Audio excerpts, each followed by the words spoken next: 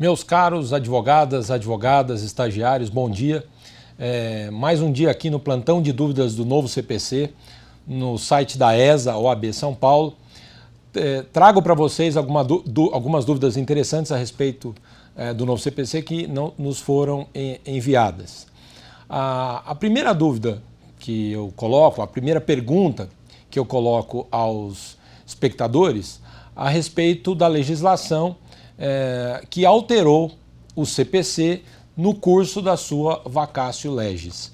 Então foram duas alterações relevantes que o advogado tem que ficar atento, sobretudo a eventual código adquirido meses ou semanas antes dessa alteração legislativa. A primeira alteração legislativa foi o CPC previa a obrigatoriedade na ordem cronológica de julgamento dos processos.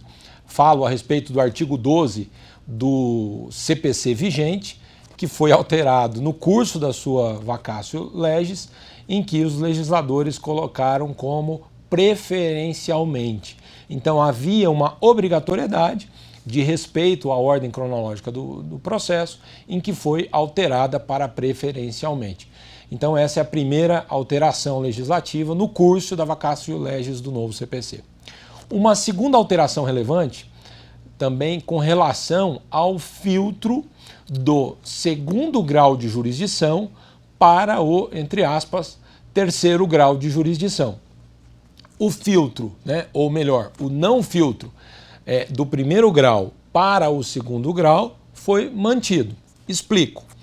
Dada a sentença, o juiz, após apreciar embargos de declaração, simplesmente o processo vai para o tribunal.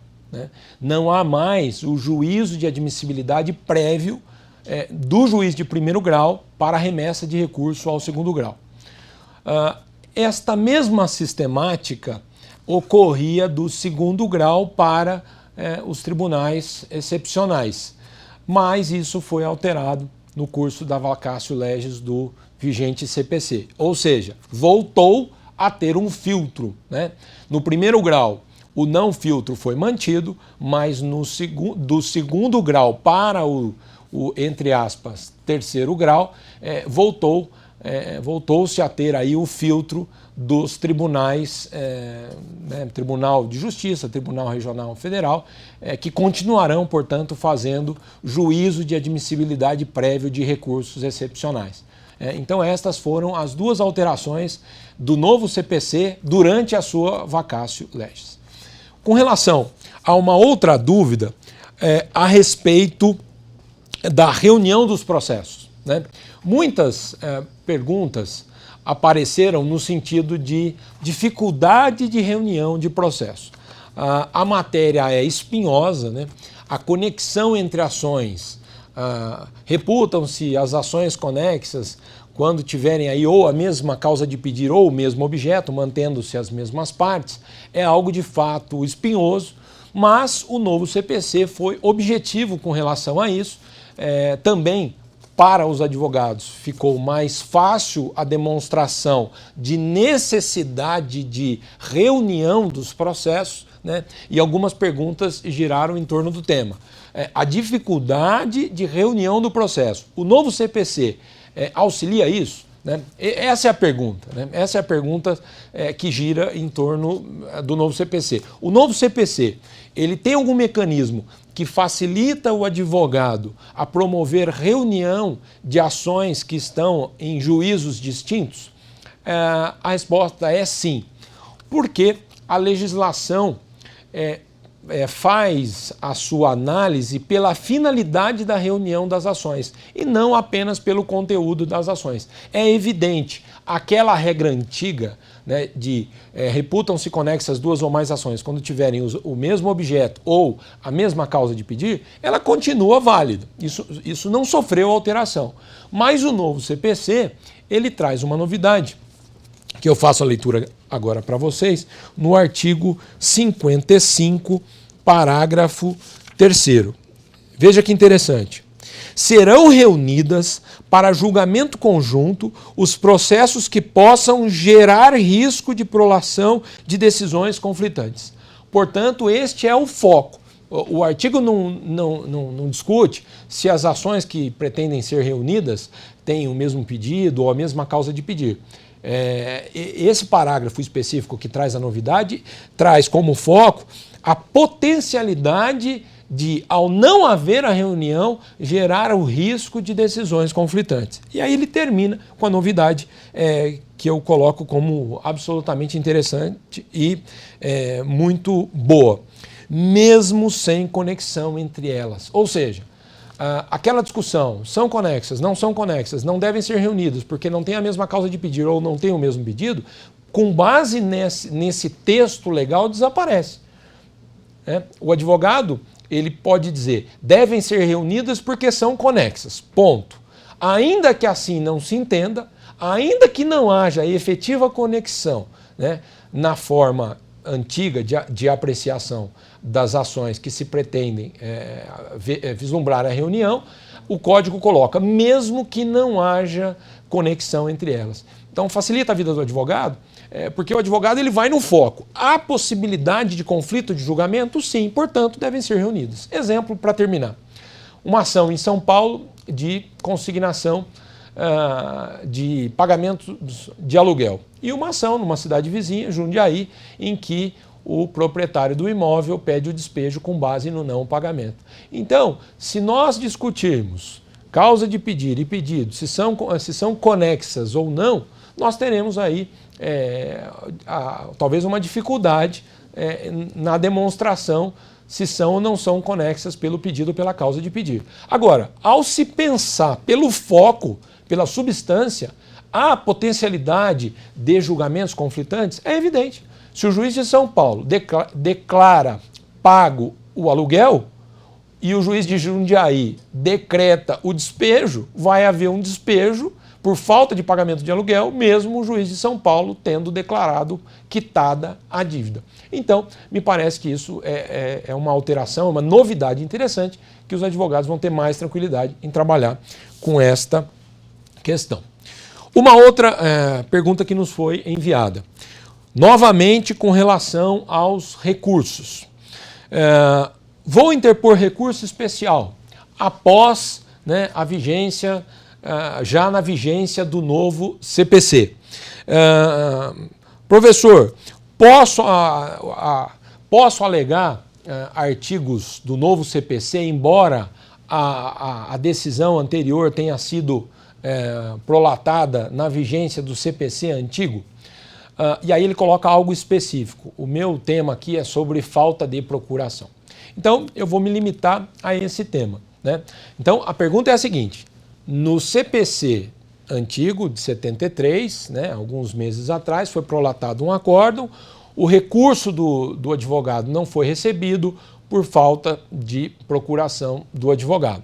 E agora ele vai entrar com recurso especial né, para tentar alterar essa situação. E ele pergunta se ele pode aplicar os dispositivos do novo CPC. Me parece que sim, já respondendo objetivamente a pergunta, me parece que sim, por conta do próprio espírito da legislação atual e da legislação anterior também, ter princípios que visavam o mérito. É evidente que a atual legislação ela tem como mote as decisões de mérito e não decisões formais, né? O legislador visa que os processos sejam julgados pelo mérito e, portanto, sim, o advogado vai poder, ao meu ver, sim, claro, respeitados outros requisitos de pré-questionamento e outros requisitos, mas com relação a especificamente esse tópico, ele poderá, sim, arguir que esta é uma falha formal que pode ser ratificada e corrigida naquele momento oportuno. Ele não chega a dizer que se ele já corrigiu esse tema ou não, mas eu coloco como o artigo, para a gente olhar especificamente a legislação, o artigo 76. Né? É interessante esse artigo que, embora ele trate dos recursos, né, ele está no início do código. Né? Então, esse artigo, inclusive, ele acaba com a súmula 115 do STJ, que diz o contrário, né? A falta de procuração leva à inadmissibilidade do recurso. O artigo ele altera, inclusive, o enunciado da súmula 115 do STJ. Portanto, o advogado, ao confeccionar o recurso especial, ao meu ver, ele pode levantar isso como argumentação no sentido de que o STJ, né, poderá admitir o recurso não com base nisso, porque o espírito é outro. É claro que não foi esse texto violado, porque se o acórdão foi prolatado na vigência do CPC anterior, a violação a texto legal a título de cabimento de recurso especial, é evidente que não é esse dispositivo legal. Foi o dispositivo legal vigente à época da legislação. Mas a título de argumentação, no sentido de que deve ser admitido o recurso e, portanto, o recurso anterior deveria ter sido admitido, sim, o colega poderá utilizar-se do artigo 76, parágrafo 2º. Muitas perguntas também chegaram questionando a respeito do princípio da primazia da decisão de mérito, né? Algumas pessoas dizendo, não, mas isso já existia no CPC, no velho CPC, outras pessoas dizendo que não existiam. Importante para o advogado, né? Importante para o advogado e para os estagiários na prática, né? O que significa dizer isso? O código anterior estava muito entranhado a formalidades, jurisprudência defensiva, né? Alguns casos, jurisprudência ofensiva, né? Não recebimento de recurso por conta de 1 centavo de não pagamento, né? Aí você ia no banco para tentar pagar 1 centavo que faltava da guia, o banco não conseguia processar o pagamento de 1 centavo. Né? Então, o código anterior ele estava fulcrado em alguns princípios que não são os princípios do atual Código de Processo Civil, do vigente Código de Processo Civil. O artigo 139, por exemplo, traz hipóteses em que mostram para o juiz e para as partes e para os advogados das partes que as partes devem, de fato, buscar o julgamento de mérito. A título de colaboração, inclusive, as partes devem trabalhar os autos para que os autos tenham o seu mérito efetivamente apreciado. Então, é claro que eu aqui estou respondendo uma pergunta objetiva e genérica, mas o espírito mudou, né? A cabeça do novo advogado ela deve estar focada no novo princípio, sobretudo aqueles advogados que trabalham mais para o réu, que muitas vezes trabalham mais com levantamento de hipóteses de não admissibilidade do processo pelo mérito. O juiz agora ele vai ter um papel de tentar efetivamente chegar no mérito. Então, falta procuração? Manda juntar a procuração. Falta cópia do agravo? Manda juntar cópia do agravo. Então, o espírito do código mudou no sentido de que formalidades devem ser ultrapassadas. Claro que formalidades exacerbadas. O processo e o procedimento é algo formal e, nas suas peculiaridades, continua devendo ser respeitado. Mas um breve comentário a respeito dessa pergunta, a respeito do princípio da primazia do mérito. Vamos tentar chegar ao mérito. Por quê? Sobre o mérito faz coisa julgada material e, portanto, não há que se discutir repropositura de ação, a decisão ganha força naquele caso concreto, o Poder Judiciário ganha com isso. Então, esse é o novo espírito do novo CPC, comentando aqui um dos seus princípios. Outra pergunta que nos chega a respeito do ato atentatório à dignidade da justiça. Tá? O advogado questiona o seguinte: professor, no processo de conhecimento eu tenho dificuldade em obter condenação em litigância de má-fé ou mais dificuldade em obter condenação em ato atentatório à dignidade da justiça. Poderia comentar o tema? Posso.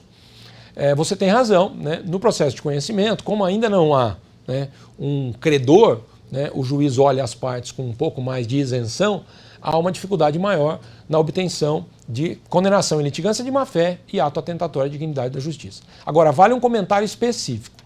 No velho CPC, não havia previsão legal para aplicação do ato atentatório à dignidade da justiça na fase de conhecimento. O antigo artigo 600 e antigo artigo 601 do CPC de 73 se encontrava no capítulo da execução.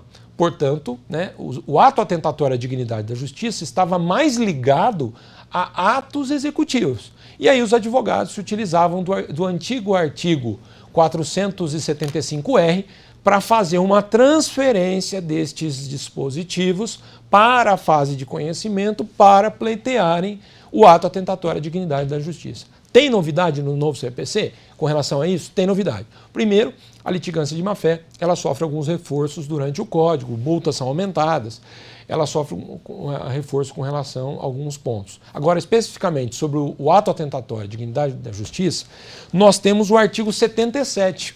Por que é novidade? Porque ele coloca na fase de conhecimento a possibilidade de aplicação de ato atentatório à dignidade da justiça, o que vai reforçar estes pedidos, né, feitos aí pelo colega na fase de conhecimento. E diz assim: além de outros atos previstos no Código, eu estou no capítulo 2, artigo 77, portanto, né, fase de conhecimento do processo.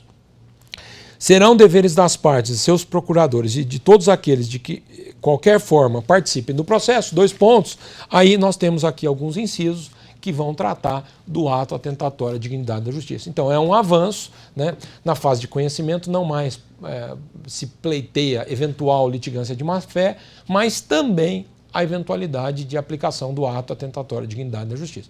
Então é uma novidade, é uma boa novidade para o novo sistema.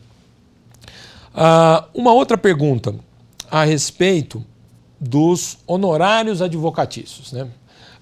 Artigo 85 do novo CPC, com relação à aplicação dos honorários advocatícios. Há uma novidade tremenda, esse artigo é uma conquista da OAB para os advogados, que se estabeleceu um piso, né, digno, né, para os advogados, né, receberem em casos concretos. E o piso mínimo é da ordem de 10% sobre o valor da condenação nesse tipo de ação, que normalmente é a maioria das ações, que tem conteúdo econômico definido pela sentença. Então a novidade, essa é uma das novidades, quer dizer, o piso mínimo para o juiz condenar as partes, né, a pagarem ao advogado um piso mínimo de 10% sobre o valor da causa. Eu vou fazer uma leitura do dispositivo por conta da sua inovação, que vai dizer, de forma objetiva, parágrafo 2º do artigo 85, coloca: os honorários serão fixados entre o mínimo de 10% e o máximo de 20% sobre o valor da condenação, número 1. Número 2, do proveito econômico obtido, né, caso não haja um valor de condenação, e apenas num terceiro caso, numa terceira hipótese, não sendo possível mensurar a condenação ou o valor dos honorários por estes 2 itens anteriores sobre o valor atualizado da causa, né? Então aquilo que normalmente é regra hoje passa a ser exceção, e os advogados têm um ganho, não só pela fixação do mínimo, né, um mínimo de 10%, mas também sobre a base de aplicação dessa incidência de 10%, que é a base de condenação. Outra observação que eu não posso deixar passar a respeito deste pedido de colocação. Os honorários advocatícios, eles pode ter fixação de honorários, inclusive em fase recursal. E a pergunta é específica neste ponto. Professor, terá ou não condenação em agravo de instrumento de honorários? Em outras palavras, entrou com agravo, perdeu o agravo, tem fixação em honorários, né? Já nesse agravo? Vou dividir a resposta em regra e exceção. De regra, entendo, né, a legislação não é clara com relação a isso, entendo que não deve haver condenação de honorários em agravo de instrumento, como regra. Ou seja, né, durante o processo existem algumas decisões interlocutórias, contra estas decisões interlocutórias talvez caberá agravo de instrumento, portanto, se aplicará o taxativo artigo 1015 do novo CPC, e, portanto, né, nós teremos alguns agravos, né, pode ter alguns agravos no curso do processo, e entendo que, como regra, o tribunal não deve aplicar honorários sobre na condenação, né, ao julgar estes agravos, o tribunal não deve fixar honorários nestes casos. Apenas no final do processo nós teremos uma sentença.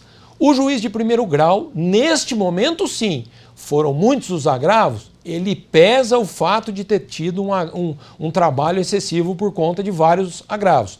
E aí ele provavelmente aumentará, né, o piso de 10%, ele aumentará isso até 20%, e aí o juiz de primeiro grau, na prolatação da sentença, vai sopesar estes agravos anteriores e aumentará, portanto, a fixação de honorários. Pois bem, desta sentença cabe apelação. Nesta apelação, sim, aí é algo diferente. O mero fato do perdedor ter recorrido impõe ao tribunal fixar honorários ao perdedor. Portanto, no caso de apelação, a regra é o tribunal tem que reapreciar a fixação de honorários. Ele julga o caso e, por consequência, vai mexer na fixação de honorários, pelo simples fato da parte ter entrado com a apelação. Aí a regra é diversa, diria praticamente completamente diferente, né? O tribunal, ao julgar as apelações a partir da vigência do novo CPC, ele já obrigatoriamente terá de majorar os honorários, né, por conta da parte ter perdido em primeiro grau e mesmo assim quis recorrer e perdeu no segundo grau. Então, nestes casos, o tribunal, por efeito, ele não pode manter os mesmos honorários fixados em primeiro grau. Então, se o juiz de primeiro grau, por exemplo, fixou em 15%, o tribunal terá que aumentar para valores até 20% sobre o valor da condenação. Bom, agora tratando, né, voltando à pergunta, se cabe honorários em agravo de instrumento. A minha resposta é, de regra, não. Por que de regra não? Porque existe exceção. O artigo 356 do novo CPC vai tratar a respeito do julgamento parcial da lide. Deixa eu pegar aqui para vocês. Então, nós temos no artigo 356, julgamento antecipado parcial do mérito, né? Neste caso é diferente, porque, embora cuide de um agravo de instrumento, ao olharmos para a decisão recorrida, é decisão de mérito. E o juiz terá, inclusive, de ter fixado honorários nesta decisão de mérito. Então, notem, cabe fixação de honorários em agravo de instrumento? Não.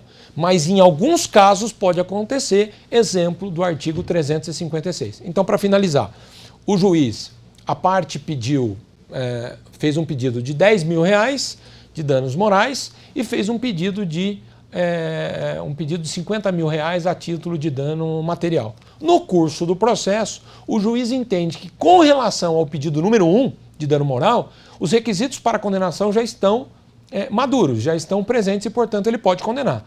Ele condena o réu a R$10 mil, né, ou até R$10 mil, fixa já honorários em cima deste valor e dá andamento no processo para apreciar o pedido número 2, que até então não está maduro, provavelmente por necessidade de uma perícia, por necessidade de ouvir testemunhas, e aí ele dá andamento no segundo pedido, né? Portanto, dá andamento no processo para apreciação desse segundo pedido. Isso evidencia, primeiro, não é sentença, porque o processo caminhou, né? Deem uma olhada no artigo 203 do novo CPC. Se o processo não for extinto, não é sentença, portanto, não há que se falar em apelação. Então, este é um exemplo clássico de decisão interlocutória, porém, de mérito. E, nestes casos, o juiz deve fixar honorários e, por efeito, se houver agravo, terá fixação, ou aumento, ou alteração de honorários no agravo de instrumento, porém, este é um caso excepcional. Tá? Essa é uma pergunta muito interessante. Uma outra situação trazida para questionamento,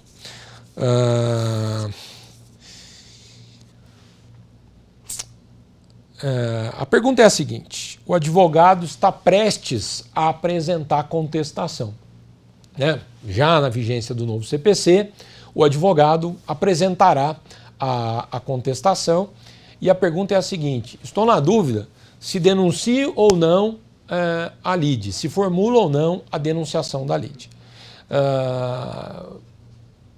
Minha resposta: no CPC anterior, em alguns casos, havia obrigatoriedade na denunciação da lide. Então, em determinados casos, você tinha, o advogado tinha esta preocupação. Daí acho que a pergunta. O advogado, ele tinha uma preocupação de, ao não formular a denunciação da lide e como o réu perder o processo, depois, o advogado não teria como se voltar contra este terceiro em direito de regresso, porque era hipótese de denunciação da lide obrigatória. Então, o novo CPC acaba com a denunciação da lide obrigatória. Então, essa é a novidade, respondendo à pergunta do colega. Quer dizer, não temos mais detalhes, mas o fato o advogado não precisa obrigatoriamente, em alguns casos, formular a denunciação da lide, o que traz um certo conforto para o advogado, por conta dele não ficar refém de uma hipótese talvez mais tormentosa, em que ele talvez faria a denunciação, mesmo não sendo o caso de obrigatoriedade. O novo CPC acaba com a denunciação da lide obrigatória.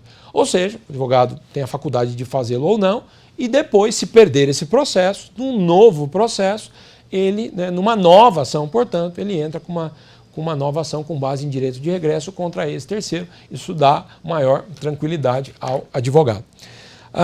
Uma outra pergunta interessante, neste tema da denunciação da lide. A denunciação da lide se faz em peça própria ou não? Essa é uma grande novidade do novo CPC. Não todas, mas a maioria das peças, que hoje, para o réu, para o advogado de defesa, em que hoje não, mas no CPC vigente, no velho CPC, no velho CPC, o advogado apresentava várias peças, apresentava a contestação, numa peça própria, a denunciação da lide, impugnação ao valor da causa, o advogado apresentava as exceções de incompetência, ou de juízo, ou de juiz, que são 3. Então, várias peças eram apresentadas, vários temas eram apresentados em peças próprias. O vigente CPC 2015 altera isso, aglutinando todas estas peças dentro de tópicos que devem ser formulados dentro da própria contestação. E aqui é um destes exemplos. A denunciação da lide, ela pode ser formulada deve ser formulada dentro da peça de contestação. Se formulada pelo autor, dentro da petição inicial, mas isso é incomum. A regra é a denunciação da lide aparecer na contestação. Mas outras peças, como a discussão sobre competência, ela deve, sobre a incompetência do juízo, ela deve ser formulada dentro da peça de contestação. Este é o momento de se arguir a incompetência do juízo e, portanto, dentro da peça de contestação. Eu tenho uma outra pergunta aqui que também aborda esse tema, e a pergunta é a seguinte: se o novo CPC pede que a arguição de incompetência seja formulada dentro da contestação, perde-se o direito de arguir incompetência absoluta posteriormente? Tá? Este é o tema.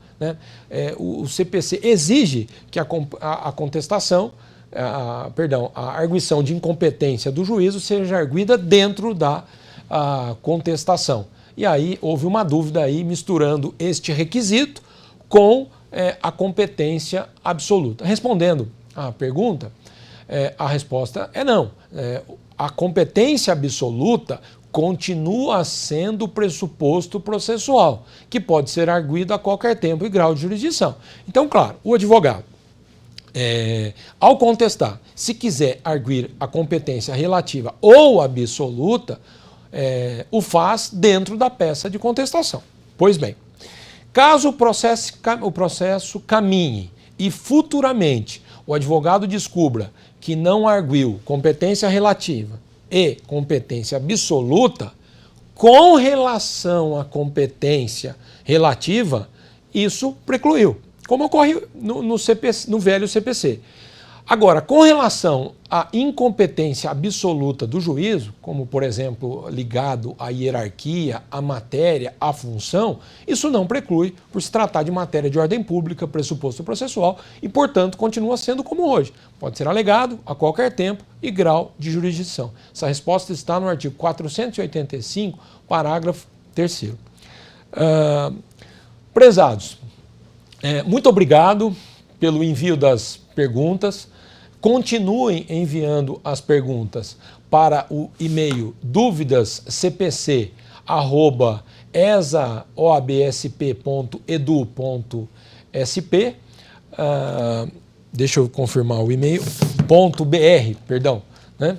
Eu vou repetir o e-mail. duvidas.cpc@esaoabsp.edu.br. Continuem mandando as suas dúvidas. É um prazer respondê-las para todos vocês. Um forte abraço.